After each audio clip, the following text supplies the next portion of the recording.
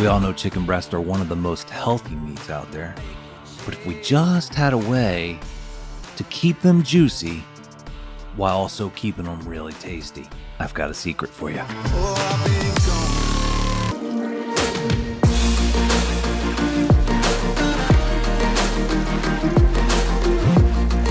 If you've tuned into the channel before, you've probably heard me say it, and that's because it's true. You got to start every great cook with great meat.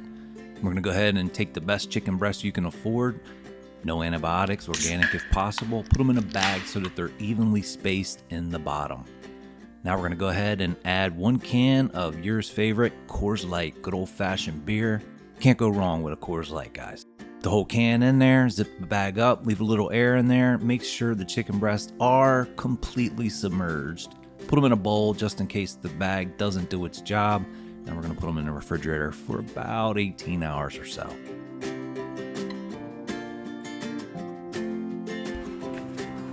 The next day, it's time to pick a method to cook these chicken breasts. I'm going to go with the PK360, but you can use any grill you want. I just recommend that you use some type of live fire like charcoal if possible.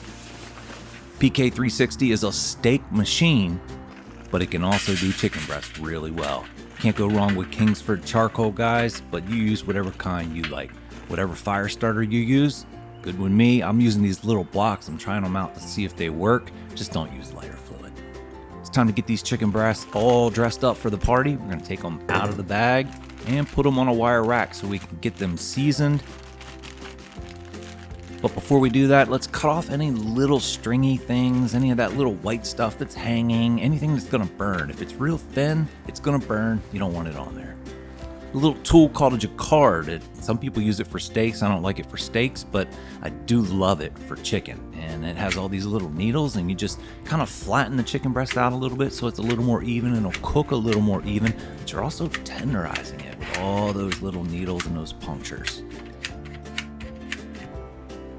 Seasonings are kind of personal preference, so you go with whatever you want. I just like something that has a little bit of a herbal note when I'm doing chicken.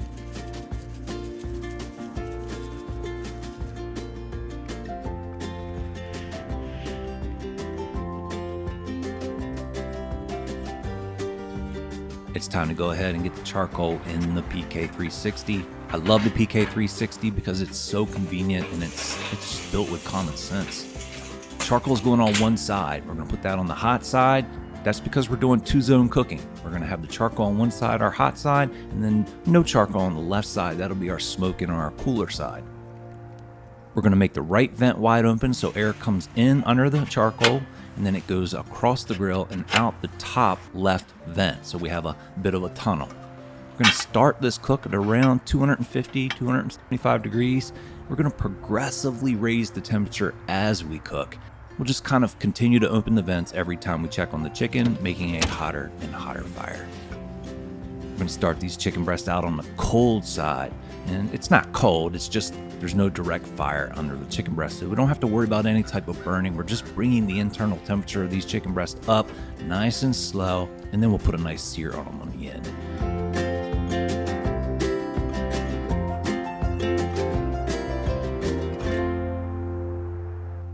Most important thing with any chicken breast cook, guys, is temperature. You know the saying, if you're looking, you're not cooking. Very true, but let me tell you something. You're just completely wasting your time if you don't know the temperature of your chicken breast. And unless you're gonna put probes in each chicken breast, you gotta open that hood and check them. Every chicken breast is gonna cook a little bit differently. When you have them on the charcoal grill, rotate them. You know, the bigger ones are gonna take longer and they need to be on the hotter fire. The smaller ones are gonna finish a little earlier. Once these chicken breasts get up to about 110 degrees or so Fahrenheit, it's time to move them to the hot side.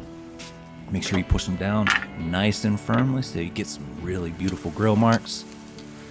And from here, you're just looking at preference. What color do you want them? How much char do you want on them? Once you get to the look you're looking for, go ahead and flip them. Check the temperature. Temperature is the most important thing here, and you have to do it often when you're on the hot side because things can really heat up fast. Man, these things are looking good, smelling amazing.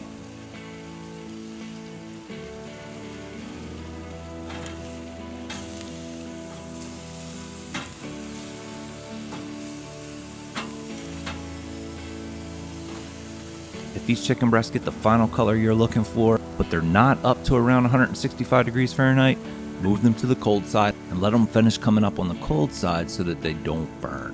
When they hit about 165, yank them and let them rest for about 15 minutes, and this is what you're gonna get.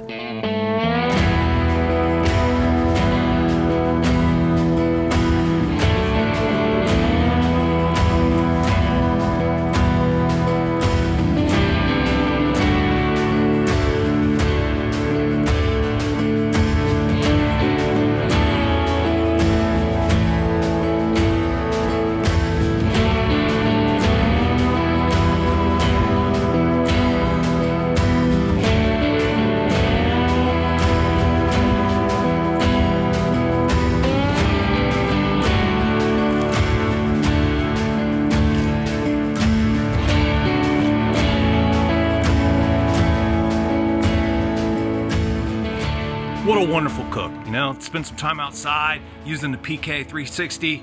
Just an absolutely wonderful grill. Love using that thing. It's made for more than just steaks, as you saw today.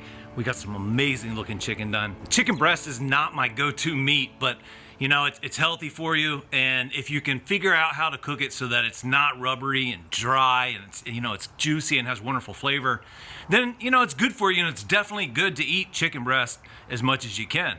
So that's what I'm doing. I'm blending how I love my barbecue together with chicken breast so that I keep my doctor happy and hopefully stay above ground for a while. The big trick was to make sure the temperature started lower and just progressively went higher and without going too high, and then checking the temperature. You want to pull that chicken breast.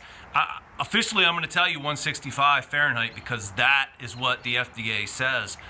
But a lot of people pull it at like 161, 162. I'm not telling you to do that. You do what you want to do. I pull them a little closer to 165 because my wife is in the food safety business. So she says 165, that's what we go to. However, enough talking. Let's go ahead and try this chicken out.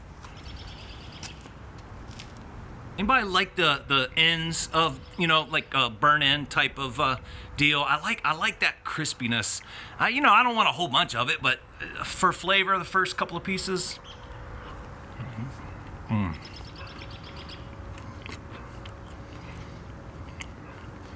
That wood, that smoke. This one's from more of the middle. One tip I forgot to tell you about, make sure you let any meat that you cook rest for a bit. Chicken breast, not as long as like beef and stuff, but 15 minutes at least, and it'll still be plenty hot. And it'll help make sure that juice stays in the meat itself. Let's go ahead and try this little centerpiece here.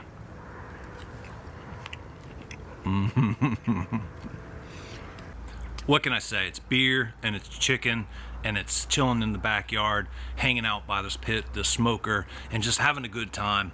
The carbonation from the beer, the alcohol, it helps tenderize and keep that meat nice and moist. I'll tell you this much, when I dumped the bag out that had the beer in it and the chicken, there was probably just over half a beer left. And so that beer is in the chicken, or it went in the chicken, and it marinated it in such a way that it brings out those wonderful flavors. And then when we put the rub on, so now you have the beer, you have the rub, and you have the charcoal all coming through. It's a backyard masterpiece.